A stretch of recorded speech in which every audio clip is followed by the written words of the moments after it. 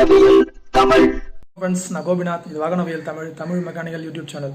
இந்த வீடியோவில் நம்ம எதை பற்றி பார்க்க போகிறோம்னா, ஒரு ஹீரோ ஹோண்டா 100cc பைக், அதாவது Splendor plus, Splendor pro, passion pro, இது மாதிரி வண்டிகளில் மெயின் ஸ்டாண்ட், அதாவது சென்டர் ஸ்டாண்ட் வந்து துரு பிடிச்சி டேமேஜ் ஆகிடும். அது மாதிரி டேமேஜ் ஆன சென்டர் ஸ்டாண்டை நம்ம எப்படி கழட்டிட்டு புது ஸ்டாண்ட் எப்படி நம்ம ஃபிட் பண்ணுறதுன்னு சொல்லிட்டு இந்த வீடியோவில் தெளிவாக பார்க்க போகிறோம். ஓகே ஃப்ரெண்ட்ஸ், வீடியோக்குள்ளே போகலாம். நம்ம இந்த ஸ்ப்ளெண்டர் ப்ரோவில் தான் வந்து சென்டர் ஸ்டாண்டை மாற்ற போகிறோம். இதில் சென்டர் ஸ்டாண்டு பார்த்தீங்கன்னா சுத்தமாக கட் ஆகிட்டு ஸ்ப்ரிங்கெலாம் இல்லை. கஸ்டமர் வந்து ஒரு கயிறு போட்டு தான் கட்டி ஓடிருந்தார். நம்ம இப்போ இந்த மெயின் ஸ்டாண்டை கழட்டிட்டு புதுசாக ஒரு மெயின் ஸ்டாண்ட் மாற்ற போகிறோம். அதுக்கு என்ன பண்ணணும்னா, ஃபஸ்ட்டு இந்த இதான் வந்து ஸ்டாண்டோட பின்னு, இந்த பின்னில் வர காற்றை கழட்டி எடுத்துகிட்டு அந்த பின்னை தட்டி வெளியே எடுத்தோம்னா நமக்கு ஸ்டாண்டு தனியாக வந்துடும். ஆனால் இந்த பின்னு வெளியே வரதுக்கு பார்த்தீங்கன்னா அந்த பக்கம் வந்து சைலன்சர் தடுக்கும். இது வந்து இந்த சென்டர் ஸ்டாண்டு பின்னில் தான் வந்து ஹீரோ ஹோண்டாவில் பார்த்தீங்கன்னா பிரேக் பெடலும் கனெக்ட் பண்ணியிருப்பாங்க. அந்த பக்கம் சைலன்சர் தடுக்கும். அதனால் ஃபஸ்ட் நம்ம சைலன்சரை கழட்டி எடுத்துடலாம். இந்த பின்னு தான் வந்து சென்டர் ஸ்டாண்டில் நான் அந்த பக்கம் லெஃப்ட் சைடில் காமிச்சேன் சென்டர் ஸ்டாண்டு பின்னு. இதில் பார்த்தீங்கன்னா பிரேக் பெடல் கனெக்ட் பண்ணியிருப்பாங்க. இது வந்து வெளியில் தட்டும்போது சைலன்சரில் வந்து முட்டும். அதனால் சைலன்சரை கழட்டி எடுத்துடலாம்.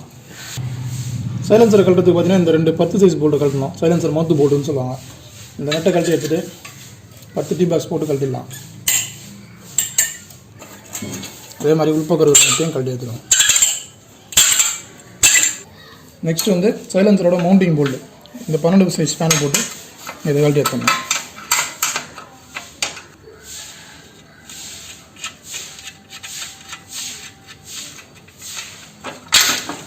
அவ்வளோதான், சைலன்சர் எல்லாம் வந்துச்சு.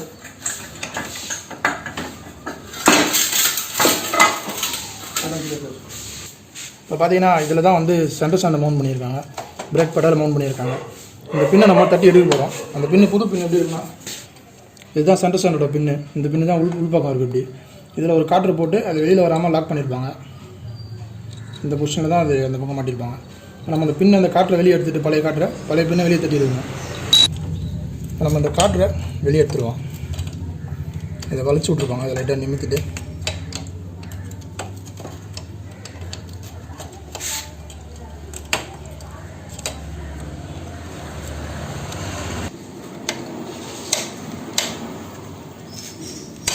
அவ்வளோதான், பழைய காற்று வெளில வந்துடுச்சு. இப்போ நம்ம அந்த பின்னை தட்டி வெளியே எடுக்கணும். இந்த மாதிரி ஒரு சின்ன ராடு மாதிரி வச்சு அந்த பின்னை தட்டினோன்னா அது வெளில வந்துடும்.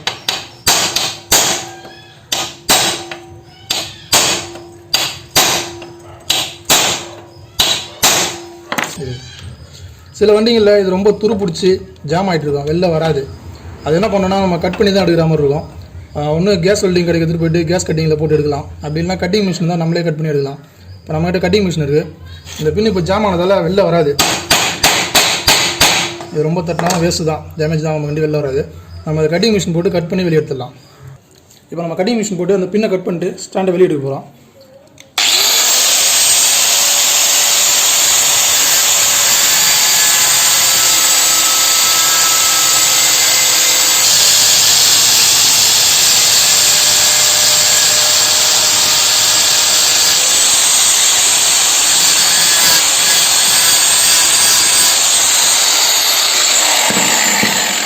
இப்போ நம்ம பின்னோட அந்த தலையை கட் பண்ணி எடுத்துடும். ஹெட்டை நமக்கு பிரேக் பெடல் வெளில வந்துடும்.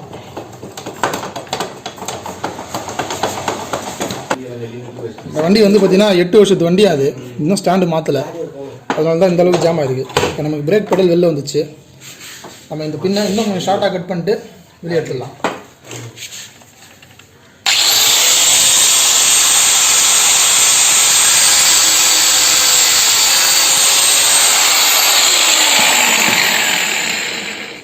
பின்ன ஷார்ட்டாக கட் பண்ணிட்டோம். இப்போ தட்டினா நம்ம ஈஸியாக வெளில வந்துடும். தட்டி எடுத்துடலாம்.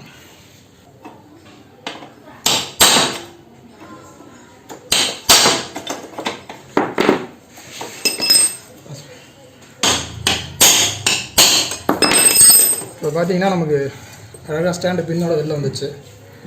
இதான் வந்து ரொம்ப துரு பிடிச்சி ஜாம் ஆகி போயிருந்துச்சுன்னா ஸ்டாண்டு எப்படி தான் கழட்டணும். இந்த ஸ்டாண்டு பார்த்தீங்கன்னா ஃபுல்லாக பெண்ட் ஆகிட்டு டேமேஜ் ஆகிடுச்சு. 8 வருஷம் பழைய ஸ்டாண்டு இது, வண்டியில் வந்து தான். இப்போ நம்ம புது ஸ்டாண்டை ஃபிக்ஸ் பண்ணிடலாம். இப்போ நம்ம கட் பண்ணி எடுத்ததில் அந்த பிசுலாம், அதாவது கட்டிங் பிசுலாம் லைட்டாக இருக்கும், அதெல்லாம் லைட்டாக கிரைண்ட் பண்ணிக்கலாம். இந்த கிரைண்டிங் மிஷின் யூஸ் பண்ணும்போது கேர்ஃபுல்லாக யூஸ் பண்ணணும். மெயினாக கார்டு போட்டு தான் யூஸ் பண்ணணும். ஆனால் இந்த இடத்துல கொஞ்சம் இடுக்கலாக இருக்கிறதால நம்ம கார்டு போட்டால் கட் பண்ண முடியாது. அதனால் நான் கார்டை கழட்டிட்டு யூஸ் பண்ணுறேன். மேக்ஸிமம் கார்டு போட்டு யூஸ் பண்ணுங்கள், எல்லாம் சேஃப்டிக்கு. அதாவது மிஷினை வந்து ரொம்ப கேர்ஃபுல்லாக யூஸ் பண்ணுங்கள். யூஸ் பண்ணுற மாதிரி இருந்தால் நம்ம இந்த மிஷினை வச்சு இப்போ இந்த பிசர்லாம் லைட்டாக கிரைண்ட் பண்ணி சரி பண்ணிடலாம். இதுதான் ஹீரோ புது ஸ்டாண்டு, மெயின் ஸ்டாண்டு. இது ரேட்டு பார்த்திங்கன்னா ஒரு 350 ரூபா வரும். ஒரிஜினல் தான், ஹீரோ தான். ஸ்டாண்டு மட்டும்தான் வரும் இதில். அதுக்கு தேவையான பின்னு, ஸ்ப்ரிங்கு, காற்றெல்லாம் நம்ம தனியாக தான் வாங்கணும். மொத்தமாக ஒரு 400 ரூபாக்குள்ளே வரலாம். 400 ரூபா அந்த தான் வரும் ஒரிஜினல் வாங்கல.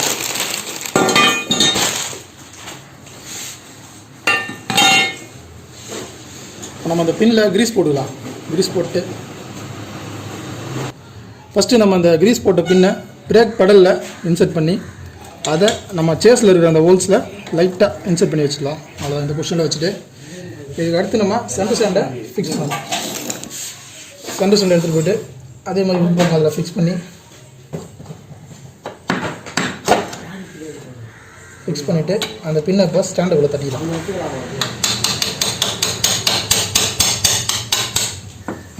இப்போ நம்ம என்ன பண்ணோம்னா மெயின் ஸ்டாண்டு ஸ்ப்ரிங்கை இப்போ நம்ம ஃபிக்ஸ் பண்ணிட்டோம்னா நம்ம ஈஸியாக இருக்கும். நம்ம லெஃப்ட் சைடில் போய்ட்டு ஸ்ப்ரிங்கை மாட்டிடுவோம். ஸ்ப்ரிங்கை மாட்டிட்டு பின்னை ஃபுல்லாக உள்ள தட்டிடலாம். நம்ம ஸ்டாண்டை மாட்டி முடிச்சதுக்கப்புறம் கூட ஸ்ப்ரிங்கை மாட்டலாம். இருந்தாலும் அதை விட இது ஈஸியாக இருக்கும். ஸ்ப்ரிங்கை முதல்ல மாட்டிட்டு அதுக்கப்புறம் ஸ்டாண்டை மாட்டும் போது நமக்கு ரொம்ப ஈஸியாக இருக்கும்.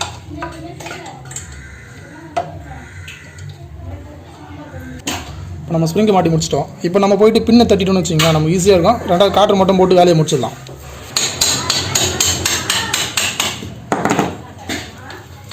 ஸ்டாண்டை லைட்டாக வளைச்சி பிடிச்சி பின்ன தட்டணும்.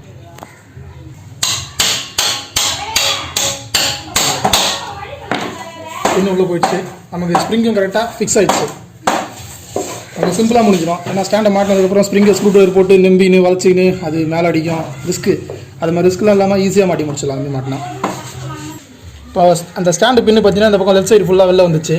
இப்போ நம்ம காற்று போட்டு அதை லாக் பண்ணிட்டோன்னா வேலை முடிஞ்சிடும். இந்த காற்று பின்னை அதில் ஹோல்ஸ் இருக்கும், அந்த ஹோல்ஸ்குள்ளே விட்டு இந்த பக்கம் இருக்கிற ஹோல்ஸில் வாங்கிட்டு அதை அப்படியே வலிச்சு விட்டணும்.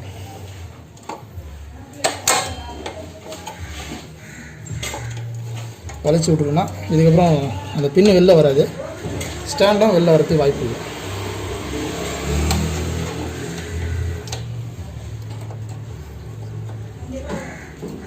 இது வந்து ஹீரோண்டாவில் இருக்கிற மேக்ஸிமம் வண்டிங்களுக்கு இப்படி தான் இருக்கும்.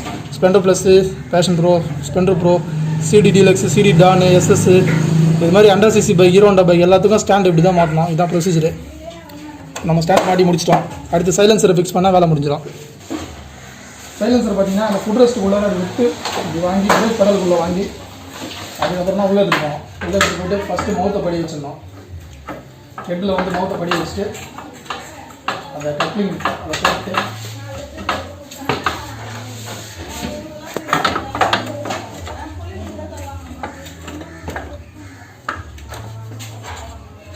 அவ்வளோதான்.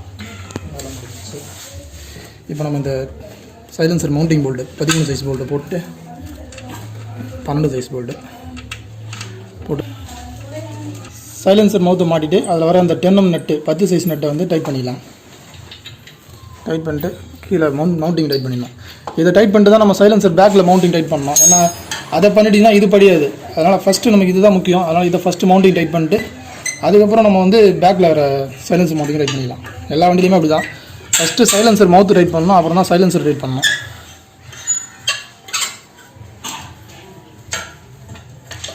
ரொம்ப டைட் வைக்காதீங்க, உடஞ்சிடும். லாக் ஆகிடுச்சுன்னா விட்டுருங்க.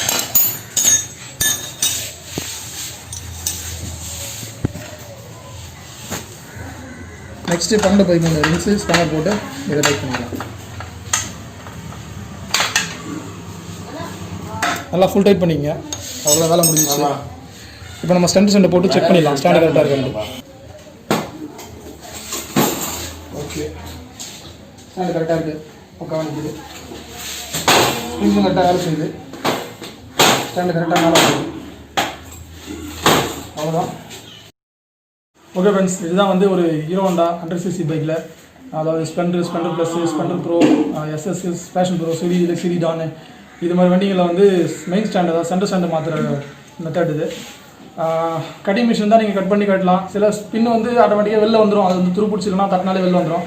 அப்படி தட்டி வெளியில் வரலன்னா கட்டிங் மிஷின் தான் கட்டிங் மிஷின் யூஸ் பண்ணலாம். கட்டிங் மிஷின் இல்லாதவங்க கேஸ் வெல்டிங் கடைக்கு எடுத்துகிட்டு போனீங்கன்னா அவன் கட் பண்ணி கொடுத்துருவோம். அதுக்கு நம்ம புது ஸ்டாண்டை ஃபிக்ஸ் பண்ணிக்கலாம். சிம்பிள் தான். வீடியோ பிடிச்சா லைக் பண்ணுங்கள், நம்ம சேனல் பிடிச்சா சப்ஸ்கிரைப் பண்ணுங்கள். அந்த வீடியோ கமெண்ட் டவுட் இருந்தால் கமெண்ட்டில் கேளுங்க. நன்றி ஃப்ரெண்ட்ஸ்.